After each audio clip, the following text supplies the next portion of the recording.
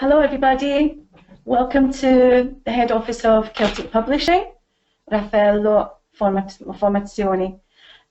We'd like to thank Francesca Ceppi and also Elena Correnti and Marco Brunella of the Formazione for this webinar. So, hi there, I'm Elizabeth, and if any of you know me, I'd like you to say hello in the chat box if you know me. If you don't know me, say good afternoon, okay? So have we got any answers there, Francesca? Yeah, many answers, yeah. Fantastic. Okay. So lots of people know me. And where are you all coming from today? Where are you watching us from? No one's writing? Okay, no problem. Well, we are in Monte San Vito, near Ancona. So, okay, so we'll continue. We'll start our webinar, which is about CLIL. So, first of all, let's look at what is CLIL, okay? Let's take a look. So we've got, okay, the term CLIL was coined by David Marsh, University of Jyväskylä, Finland, 1994. CLIL refers to situations where subjects or parts of subjects are taught through a foreign language with dual focused aims, namely the learning of language and the simultaneous learning of a foreign language. Chi c'è che sta fa un seminario? Chi è? Seminario. Chi è? So here we have David Marsh, and this is the man responsible. Stanno seguendo 310 persone. So I think some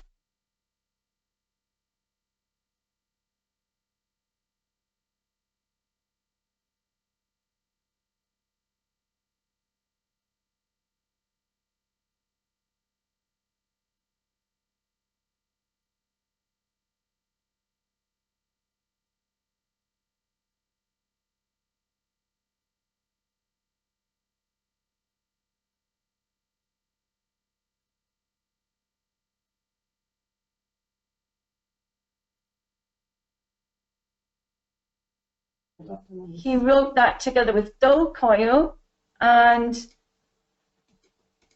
I can't remember the other guy's name, and I can't read it very well from here, but that's okay. This is Dol Coyle, the co-author of this book, and I did want to let you listen and watch a little video from her, but I don't know if we can manage it.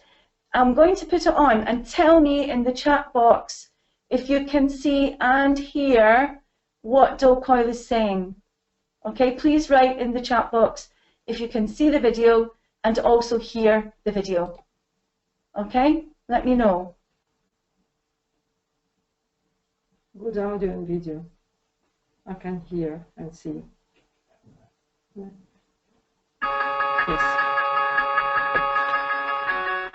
Okay.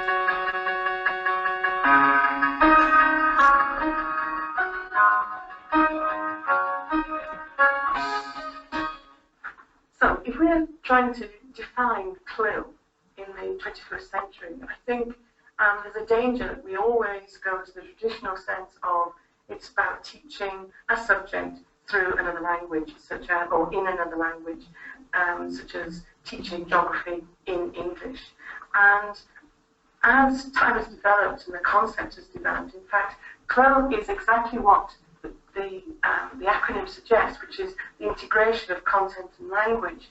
And therefore, there isn't just one model, which means it has to be the teaching of a subject, but it can be a theme, it can be principles, it can be very short amounts of time spent on this, it can be lots of different ways. But the fundamental principle of CLIL is that there's an integration between using language to learn and learning to use language through the development of content. Okay, so thank you to Dol Coyle for that. And however, as you know, CLIL teaching has been practiced for many years. It's nothing new from the Babylonian era, in fact, okay, and also in the early 1960s, when bilingual education was introduced in many schools around the world. Even if you're unaware of the term CLIL, you may already have been using CLIL methodology for many years. So you're probably all CLIL teachers already. So Dawn Coyle is also known because she created the 4Cs framework, which is this framework we're looking at now. So at the top of the pyramid we have communication, at the base we have culture, on the left content, and on the right cognition, and all the CLIL is in the middle. And okay, so a CLIL lesson has to follow, or often follows, a 4-stage framework like this one. Okay? So, in fact, with this framework, we're actually reconceptualizing language learning. And again, our pyramid, we've got the language of learning at the top, language for learning on the left, and language through learning. Okay, and the foreign language learning at the center. And of course, with CLIL, we're actually learning also the subject through the language. Okay, so we're learning a subject as well. We're learning through the language. Okay. So, why CLIL? Why should we use CLIL in our classes? Well, including content in lessons makes them more interesting and contributes to children's social, cognitive, and psychological development. Children's knowledge and understanding of the world increases, and at the same time they develop the ability to use language as a tool with which to investigate, analyse, and describe the world. Learning the foreign language is not isolated from other areas of the curriculum. So, how does CLIL work in the classroom? Well, through the organisation of the syllabus and learning based on topics from other areas of the curriculum. Topics provide opportunities for meaningful experiential learning that appeals to different intelligences and learning styles. Through learning based on stories, through the use of content-based activities from other areas of the curriculum that relate or fit into an existing language-based syllabus. Activities should be purposeful and should include opportunities for investigative, factual inquiry and for creative, imaginative work. Okay, so getting started. So start small, okay? For example, start by doing a joint project with just one of your colleagues. Maybe the English teacher works with the history teacher, or with the geography teacher, or art or science. So a CLIL activity, we must remember, should always generate language output. There should be lots of speaking going on. Should develop fluency. Okay, so the speaking, we develop fluency through the speaking. Encourage active learning, very important. Children working in groups. Increased levels of listening comprehension. Give students confidence to communicate. Boost students' motivation. So a lot of things going on there in your activities. A lot of speaking, a lot of listening, a lot of group work, a lot of motivation.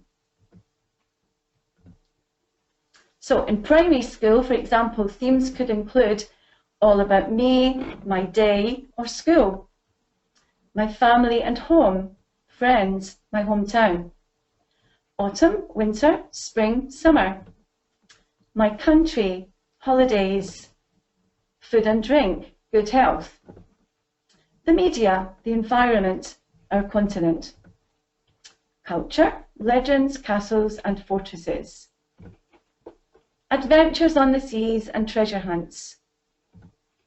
So, CLIL involves what's called scaffolding. So, what are we doing? We're building on a student's existing knowledge, skills, attitudes, interests, and experience. So, the scaffolding gives a strong support to the learning. Repackaging information in user-friendly ways. Responding to different learning styles. fostering creative and critical thinking, challenging students to take another step forward and not just coast in comfort.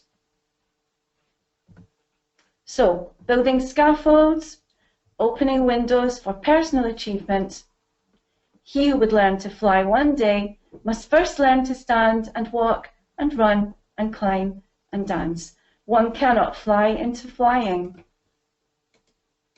Okay? So, benefits of CLIL. So, lessons can be made more interesting, varied and enjoyable. Children find it extremely motivating to investigate, discover and learn things about the world through English. Language is used purposefully and the focus on real meaning is more likely to make it memorable. Children use different combinations of intelligences and learning styles, which widens the appeal of classroom activities and allows children to build on their strengths. I've actually seen all of these benefits coming out in children in classes that I've taught in. Great motivation. So it also reinforces learning and conceptual development in other areas of the curriculum. It encourages children to work more independently and helps them to learn how to learn, very important skill, learning how to learn. It provides an approach to learning which takes account of children's whole development in a harmoniously integrated way. Additional benefits for individual children also frequently include increased confidence, higher levels of concentration, and more positive attitudes towards learning a foreign language at school. So, all good reasons for being CLIL teachers. Okay, so I'm going to go into a lesson that I often do, that I've done in many schools, that I do with my teachers when I want to introduce me. So I've got my map, of course, of the United Kingdom.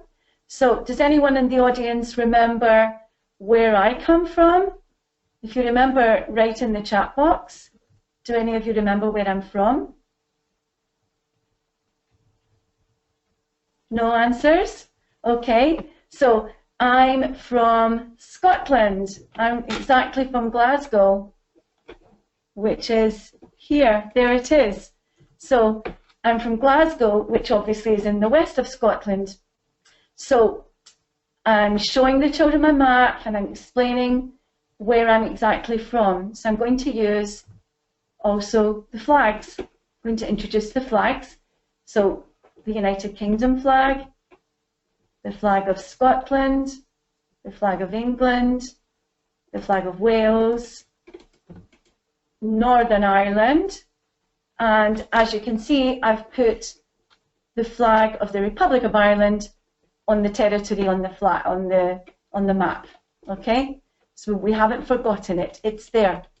So those are our flags, and then of course we have our compass rose. So I use my map and I teach my children about various locations in the United Kingdom using my compass rose. So, as I said, Glasgow is in the west of Scotland, and the capital of Scotland, does anyone remember the capital of Scotland? Can you write it in the chat box? The capital of Scotland is Edinburgh. Yes, it's Edinburgh. Well done, well done. It's Edinburgh, Edinburgh, yeah. So, very good. And Edinburgh, of course, is in the east of Scotland, on the east coast. Glasgow's in the west, on the west coast.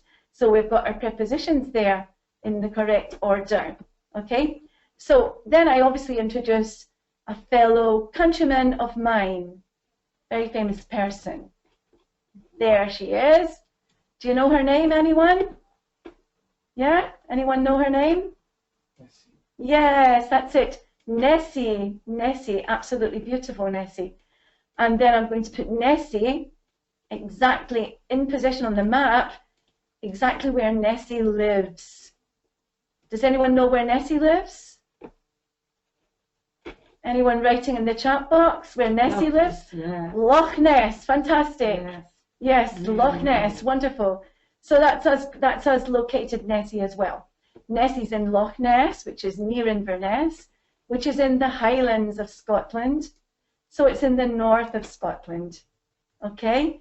So I'm using my map, I'm teaching locations, some culture, moving down to England, and I'm going to the capital, of course, London. And from London, we can go to many places, we can do many things with CLIL. So, but I want to show you something I did in a school with some children just 3 weeks ago. And I used my map activity, and then I gave them a quiz to do, which I left with their teacher to do with them. A quiz regarding all the things that we had looked at on our map and the flags, and they were particularly curious about Nessie. They actually even knew lots of things as well about Scotland, so that was really good. So so we were scaffolding, yeah? We were building on what they already knew. So I left them a task, and I asked them, promise me that you will do something connected to Nessie for me, and you will send me the results. And very fortunately, these results arrived 2 days ago, okay, in my email. So I'm very happy to show them to you. So here we are. So these are some posters that the children made. So the first one, where does it live? And so we've got a wonderful poster here with the United Kingdom, with a text. Loch Ness is a very famous lake in the Scottish Highlands. So things about Loch Ness. We've got a wonderful picture of Urquhart Castle, the castle on the loch, and some postcards, photographs taken there, and something here about the loch, okay? And then we've got something about Nessie. What's its physical appearance? So, and they're looking at everything about Nessie, and the parts of the body: long neck, big body, long tail. Now, I just think that's great. I don't know what you think, but I think they're great. And then they went on to, they found out about the Nessie Adventure Park, which is on the shores of Loch Ness. And so they found out lots of nice things about that as well. And they made a book as well, like a sort of a lap book. And this is it open. So is it a girl? Is it a city? Is it a cat? Is it a car? Open here. Nessie is a monster. So there we are. So, and these are all their posters on the wall, the finished product. And I just thought that was really nice. So they really enjoyed that. Now I'm waiting to receive the answers to the quiz that I left them. I left them a quiz regarding all of these things, and the United Kingdom, the flag, the maps, the compass rose, etc. So, just going to go back a couple of pages. Here we have a page from Celtic Publishing's publication Jamboree 3, and we have a really nice page here, Culture and CLIL, Nessie, the Loch Ness Monster. And as you can see here, they're also zooming in on the map, locating Loch Ness, looking at Nessie, postcard from Loch Ness, and then of course the children have to apply their artistic skills, read and draw. So this is a strange machine to catch Nessie. Can you invent a new Nessie catcher? So they have to use their creativity, okay, to create something wonderful. So that's just an example of a page that you could use. So then, going back to our map, then we go to London, and here we have a nice little map of London. And we have a very important place in London, and we're going to visit the Natural History Museum. So there's some info about the museum, and of course it's Jamboree 3, so it's year 3, and we're looking at prehistory. We're looking at dinosaurs. So of course it's nice because we're going also on a little trip to London. We're going to locate lots of interesting places to visit, and with your interactive whiteboard you can do lots of activities with that as well, memory activities for example. So, and the children will get to know more about London. This is the river and lots of things on the river that they could learn about. So we then move on here. It's not moving. Okay, there it is. Here we have a worksheet from CLIL. So this is about dinosaurs. So it's a listen and read exactly, but we've got some info cards here about 4 different dinosaurs, and then the children have to draw their favourite. So write its name and colour. So, and here is a very easy picture of some dinosaurs the kids can cut up and colour and match the names to them. So that's good for younger children. This is a poster, it's a CLIL poster from Celtic Publishing, which is also connected to Jamboree. And I'm afraid I've had to squeeze it into the slide, so you can't really see it so well. But practically here we've got 17 dinosaurs, and we've got 17 info cards, 1 for each dinosaur. And for example, we can look at the T-Rex, okay, or the Triceratops, okay, or the pterodactyl. And each card has specific information about each dinosaur. So a nice activity is to get the children into small groups or even in pairs, and they could maybe have two cards each, and they could choose 2 of the dinosaurs.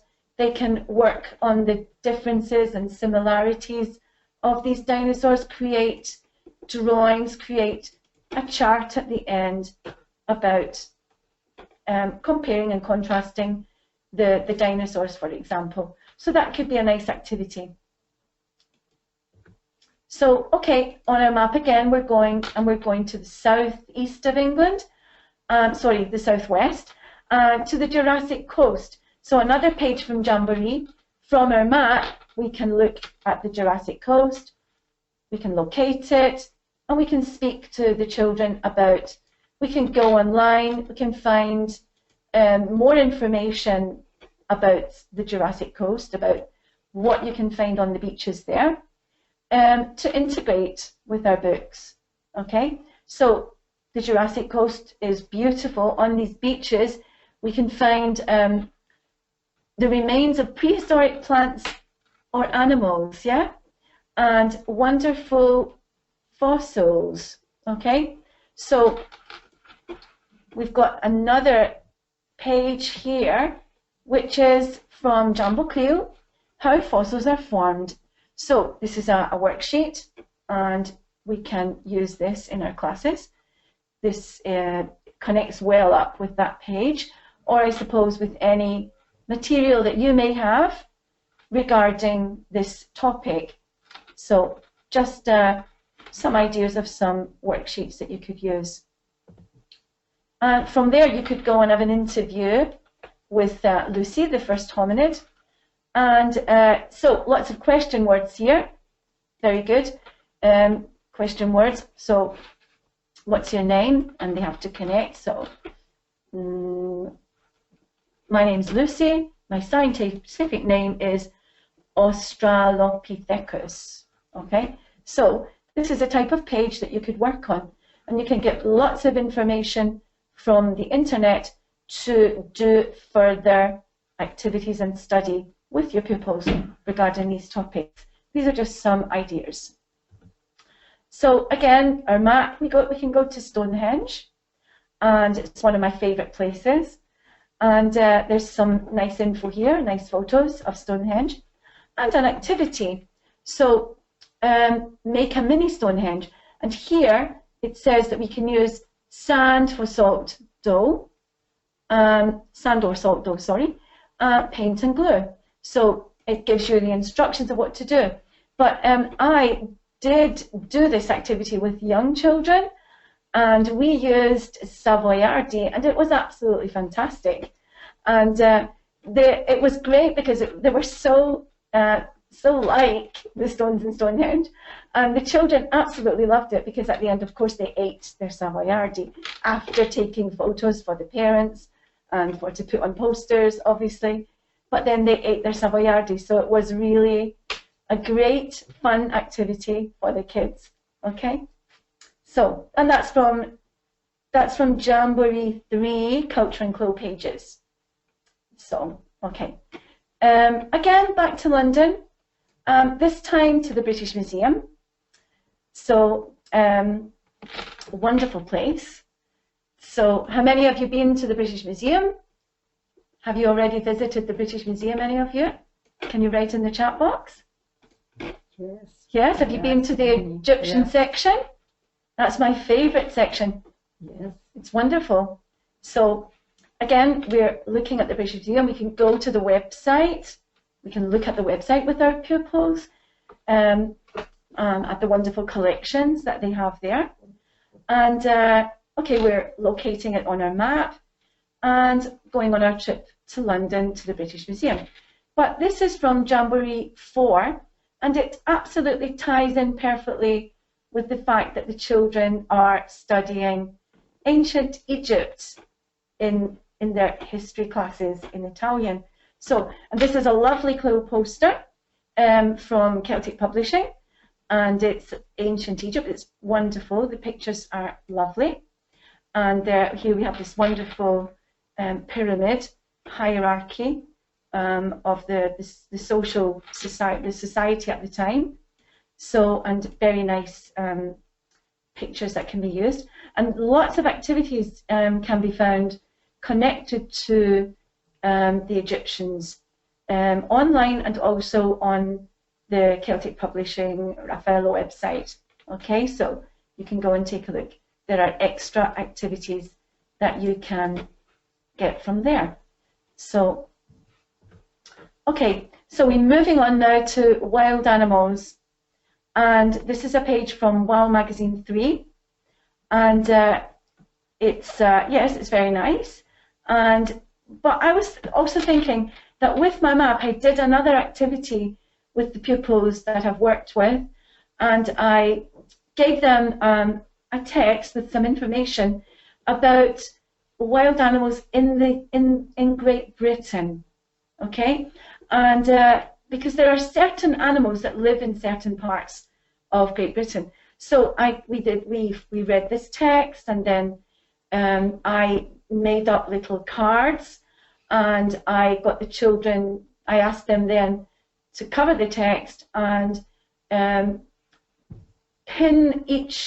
the name of each animal onto the map in the exact location that those animals live in. So, and it was a nice, fun activity, and that was also, something about that was also in my quiz that I left with them. So it was a nice activity, and looking specifically at wild animals in Great Britain. This is in a more general way. But of course, children love animals. There's so many things that you can do and so much information that you can find, okay, on the web as well. So this is a page from CLIL Projects 2, I believe, CLIL Projects 2, Animals and Their Habitats. And I tie this up, again, this is more general, it's not just the Great Britain, it's a more general extended text. So a habitat is a place where living things live. The habitat provides the animal or plant with food and shelter. On the earth, there are many different habitats: grasslands, ocean, polar ice, tropical rainforest, temperate rainforest, and desert. So they have to look at the pictures below and help each animal to find its habitat. So obviously the teacher will give some info first, and then the pupils will, this is like a kind of like a little test that they can do to make sure they've understood where each animal lives. Okay, so it's a nice worksheet. So some useful websites connected to what we've seen before. So education.nationalgeographic.com. Now there you can find fantastic videos actually connected to animals and their habitats. My favourite one is about penguins. It's absolutely fantastic. And but there are videos there looking at all animals. And of course, not only animals. You can find lots of things on the nationalgeographic.com education website. Of course, here we've got the Natural History Museum. So you can go and take a look there with your pupils. And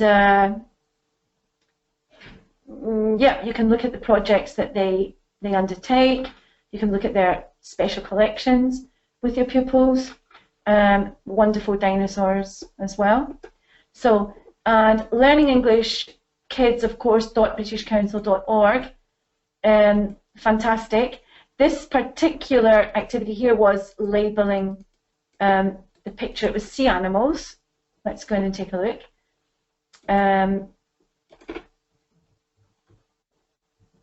Just hold on till we open up. So this one was regarding sea animals. But we can also find, at the side, we can find word games connected to the topic, colouring, video zone, jokes, songs. Okay, lots of things. The actual picture's not appearing here, but that's okay. It doesn't matter. You can go and take a look on your own, and you can find lots of other activities. Let's see. Yeah, here we've got topic. For example, here we've also got ancient Egypt. So, and we've got a nice word game to learn and practice the ancient Egyptian vocabulary. So we've got the hieroglyphics here. About the River Nile, very important in the past. And here we've got the mummy and ancient Egypt flashcards. So brilliant British Council material. Going back here, we can also see dinosaurs, I believe. There we are. We've got some dinosaurs here as well. Lots of activities, videos, okay, colouring stuff, etc. So very nice material. Animals. There we go. Birds, animal body parts, reptiles and amphibians. Lots and lots of information, lots and lots of material that you can choose from. There's the index at the top. Oh, and another website is DLTK Kids, which is great. You can download free material here regarding lots of activities. So, for example, countries and cultures. Lots of, okay, we've got African, American activities for kids, things about Africa, Australia, Canada, from all countries. So it's very interesting material, and it's downloadable free. So, okay. So, okay, this is the book that I showed you before by David Marsh, Uncovering CLIL, which is useful to have on your bookshelves. And the other one, co-written by Dol Coyle. So, okay. Another useful book could be the TKT course CLIL module. It's a course that you could think about taking to improve your skills. if you're not doing something more serious. For example, at the Ca' Foscari University, they have a wonderful course going on there that you can do some online and most of it online, so it's pretty good. And a great book is 500 Activities for the Primary Classroom by Carol Reed, full of lesson plans for primary school teachers, obviously. And it's a great book, very useful to have on your bookshelves. So, okay. Now I'm going to go out of this presentation, because I want to show you something else. So I need to go out of this presentation and open up the other one, which is, okay, so it's almost Carnival. So here we have a CLIL. Okay, regarding Carnival, you could have a really nice project ongoing about Carnival in English. Carnival is not as we celebrate in Italy. It's not celebrated in Britain, of course. But you could. It's a festival close to the children in Italy's heart. So you could do it in English. So we've got our CLIL Art Lab regarding. Okay, so this is making a caterpillar. Then, okay, we've got our Arlecchino. So what we do is we get the children to colour lots of shapes, different colours of shapes. We draw the form of Arlecchino on a big piece of paper on the wall, and the children can stick all of the coloured pieces of paper to make their Harlequin. So we can have our Harlequin in the class. Paper Rings Lab, nice and colourful, very, very nice for Carnival time. So they can be used to decorate the classroom, but they can also be used for other activities as well. For example, if you have a reading corner in your classroom, or if you create a library in your classroom, you can encourage the children to read books, to read graded readers. And so, for example, every graded reader that they finish reading, you can check that they've really finished and ask them some questions, of course, and get them to do some information worksheets regarding what they've read. And so every book they've read, they're given a paper ring, and they create a chain, you know, with every book they've read, and they can hang their chains up in the classroom. So it's a nice motivating tip tool, okay, to get children reading, as well as for decorating the class. Okay, so go on a moment away from this. Okay, so we can work on, there we are. We can work on storytelling the legend of Arlecchino, and I'm sure everyone knows the story. You can tell your students a very simple version, depending on the level. And so we can do storytelling with the legend of Arlecchino.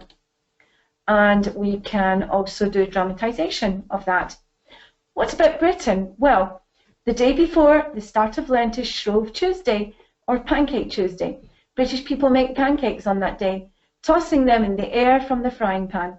Some towns have a pancake race, so that's it's quite fun. So you can speak about British culture and what they're doing. Make pancakes in the class. There are lots of recipes around Pancake Day, photo of some kids.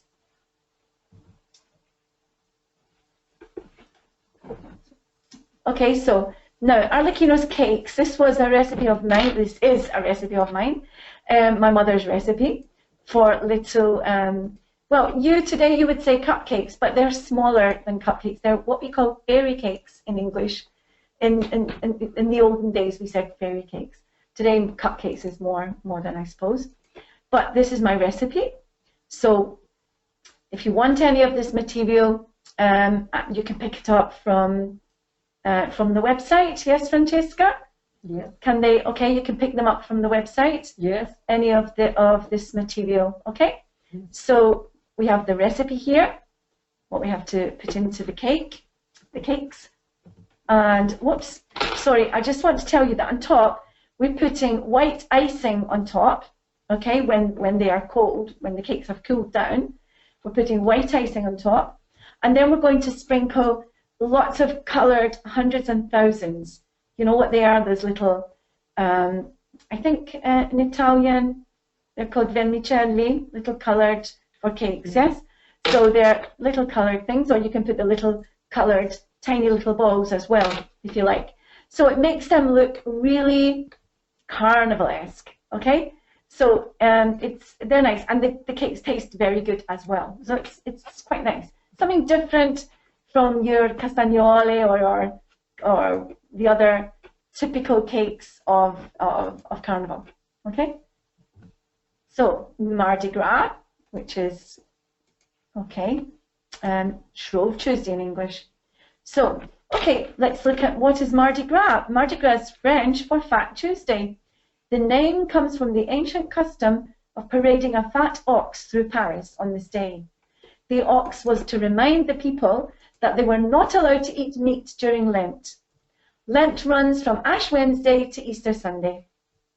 Mardi Gras isn't always the same date. It can be between February the 3rd and March the 9th. The date depends on when Easter falls. So, French people who went to the United States took the custom of Mardi Gras with them.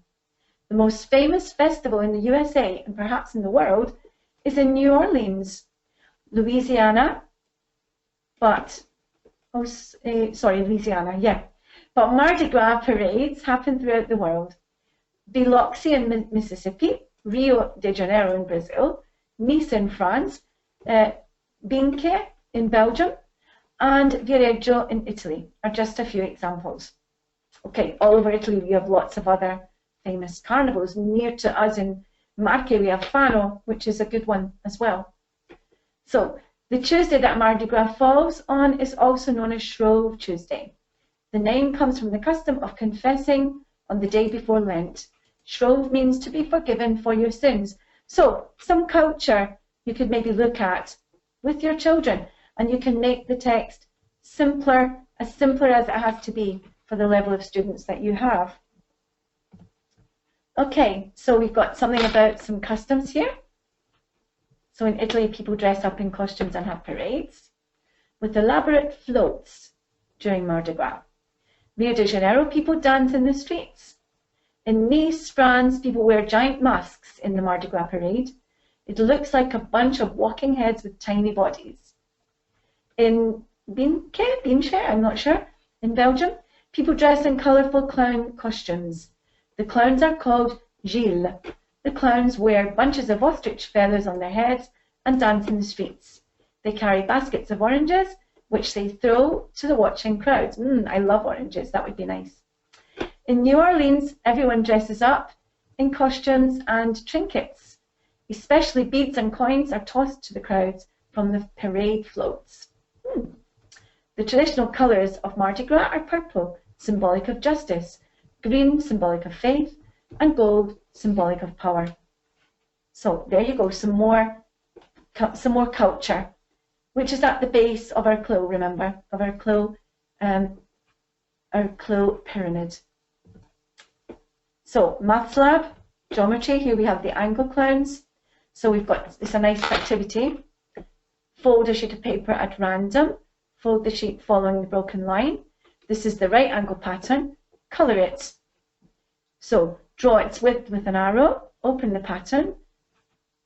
The folding lines show two right angles, they form a plane angle. Open the sheet of paper, the folding lines show four right angles, they form a round angle. Draw its width with an arrow, cut out the angles to decorate your clown. So you can create an angle clown, pointed clown with lots of corners, all coloured, especially for Carnival. So it's another little activity. Writing lab. So pretend to be a writer, Carnival characters. So this is all about your writing lab. So when you write a story, you need to describe the people in it for your readers, of course. Choose one of the Carnival characters in your classroom. Read the following questions and answer. What's your character's name? What does your character do for a living? What's your character's build? What does he look like? So lots of questions there. Questions and describing, answering, describing. What's he or she wearing? What kind of person do you think he or she is? So critical thinking. What do you think she's like? What do you think he's like? Okay, so you can put lots of Carnival characters around the room and the children can choose to write about one of them. So it could be another little idea. So, okay, that's regarding, let's go back to our other, okay, so, going back to this, let's see.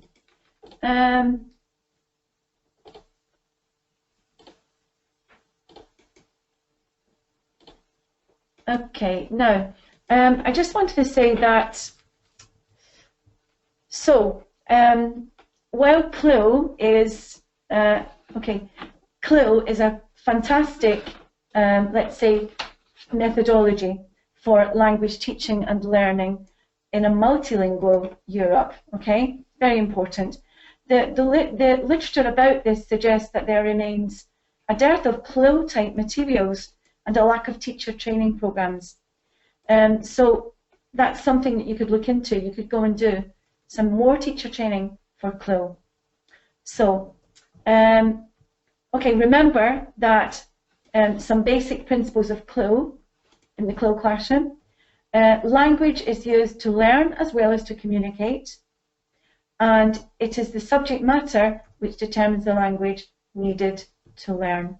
Okay, so I had another video that I wanted to propose to you, but I can't find it. I think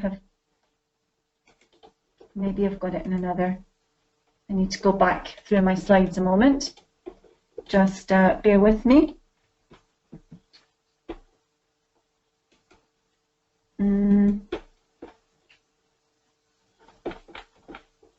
No, it was regarding okay, regarding training. Some of you may worry that your language level is not up to scratch. You don't need to worry so much about that. Sorry about the slides jumping around. If you have like a B1 level, that's pretty good. And if you can go up to B2, you could go for the CLIL TKT CLIL module course. But I think as long as you're working with CLIL material and you're trying to always use the language with your pupils, you're always going to improve. Using the language helps you to get better and better. Practice makes perfect, obviously. So, okay, so, okay, I wanted to say, if you have any questions you'd like to ask me, please do so. If you want to contact me, these are my contact details. So, and I'm willing to speak to anyone or answer your questions or write to you, come to visit your school, okay? So if you want to take note of my contacts and any questions you may have, just write them in the chat now and my colleague will give them to me. I hope you've enjoyed our webinar. Okay, so there's a change in the Raffaello website. And there's also a mistake here, Celtic Publishing, okay. So CelticPublishing.com, and okay, I've got another email here. So Raffaelloformazione.it. Okay, from tomorrow you can pick the slides up at this address, raffaelloformazione.it. You can pick the slides up from there. If you need to contact me, those are the other contacts. Okay, so any questions? Francesca? Someone asks, do you have something about citizenship education? Yes, if you write to me, I will send you something, okay? Because I do have something.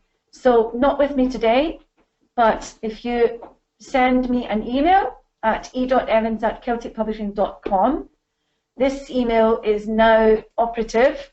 It wasn't operative for a while, but it is now.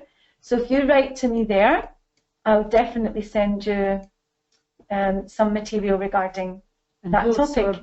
Okay. About human body, again. Human body, okay, yeah. Just write me an email, okay? And I will give you a link where you will be able to pick up the material, a link which will take you also to the Raffaello website, okay? So I will put information there, I will put material there for you, okay? So, someone is asking about the shapes activities. If you can repeat the shapes activities. Ah, okay, now, okay. So that's in the, okay. So, but if you want those slides, you can write to the website, okay? And you can pick them up anyway, in any case. So, do you mean the angle clowns? This one? Is this the one you mean? Yes, I think so. Okay. What's the person's name? Shapes. No, okay. So, okay, we have our sheet of paper. So we fold a sheet of paper at random. Yeah. So fold the sheet following the broken line. Okay. This is the right angle pattern. So you're going to color it. Okay. Then draw its width with an arrow.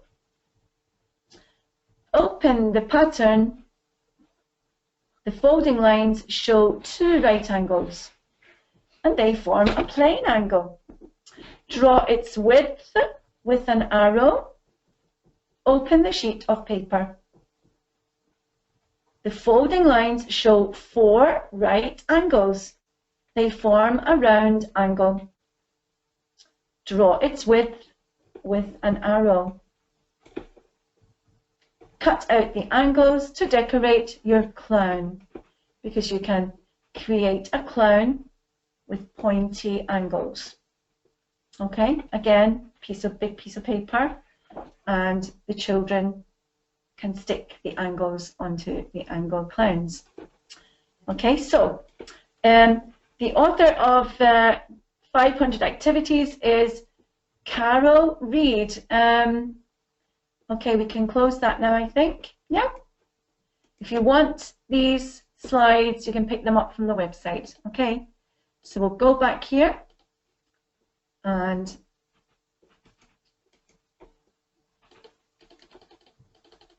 there we go. So 500 activities for the primary classroom. Carol Reed. R-E-A-D. Carol Reed. Okay. Wonderful resource book for teachers. Excellent value. Okay.